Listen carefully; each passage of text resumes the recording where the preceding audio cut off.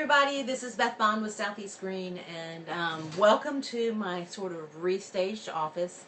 It was really driving me crazy to see how messy my office is, so thank you Periscope and Periscope followers for making me be a little neater. That's awesome. And also, I'm actually wearing something that's not maroon. I realized that I was scoping later at night and I was all comfy, and I had the world's largest collection of Florida State sweatshirts, my alma mater, and everything was in burgundy. So today I decided to switch it up. Today we're going to start something new. Hi Sundar, welcome to the show.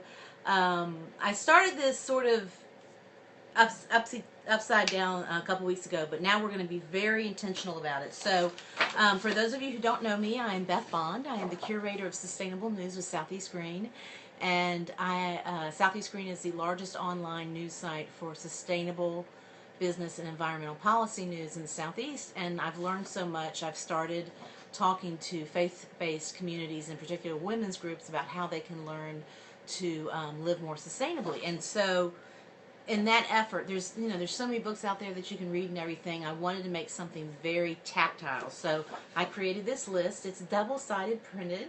It's 100 things to do to become more sustainable, and when I speak to the ladies groups, I challenge them to pick 30 items.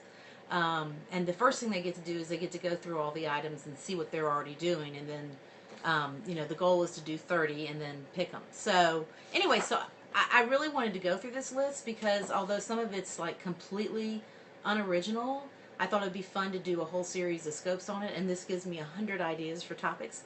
So for anybody who is going to see this on the replay, if you'll please follow me, then you'll at least get a notification. I have no set schedule. My schedule's pretty crazy. I wish I could do it every single day at the same time.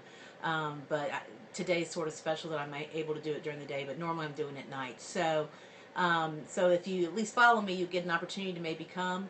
And for so what we're going to do every day is we're going to let y'all pick. So somebody pick a number, and we'll talk. I'll read out that tip, and we'll talk about that tip. So I just have a few viewers today, but to the viewers I have, you want to shoot me a number, between 1 and 100? I'm just waiting a minute to see if we'll get them. Just pick a number between 1 and 100. Everybody's being shy. Okay, we're going to pick a number. 47. All right, 47 is, let's see. Get solar appliances, flashlights, phone chargers, and a sun oven. Oh, we're going to talk about sun ovens. One of my favorite things.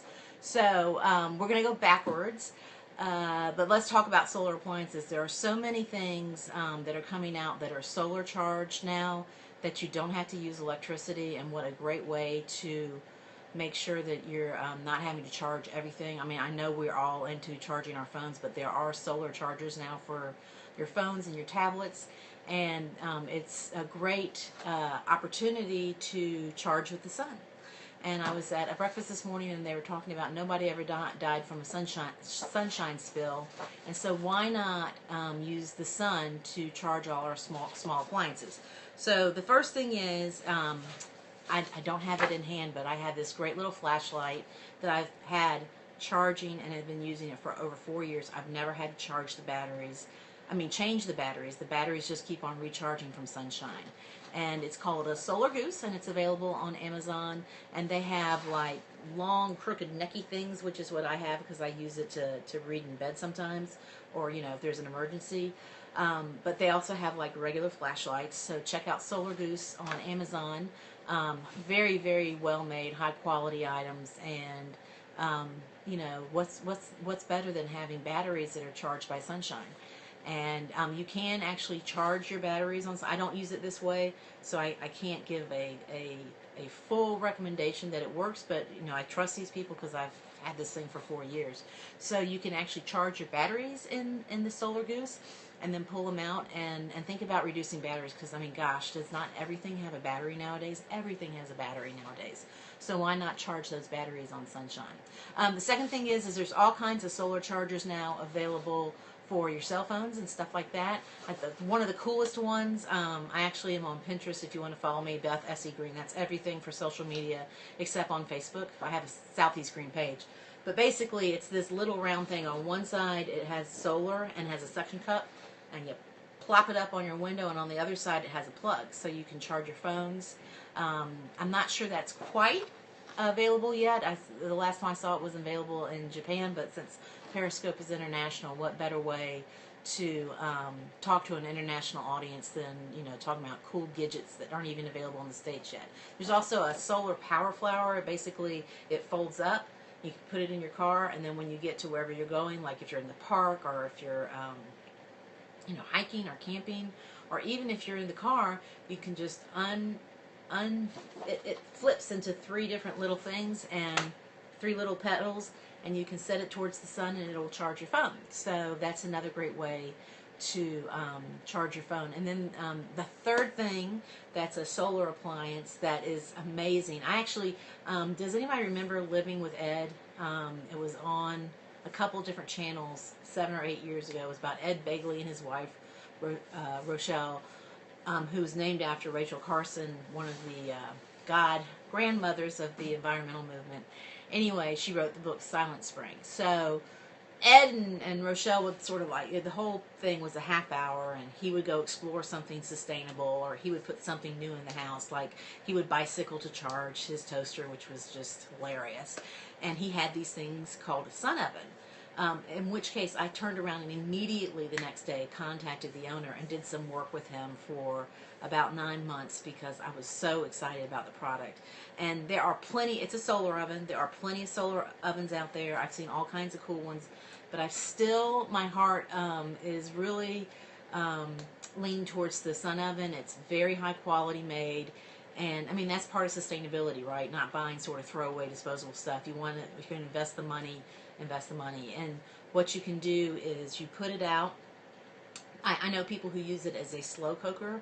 So what they do is they just put it south facing, they put their food in it, and then they go to work and they let it cook all day in the sun, and then they come home and take it out. Well, how cool is that? And the other thing is that's so great about the sun oven is, okay, so you're not using the electricity that you would to cook.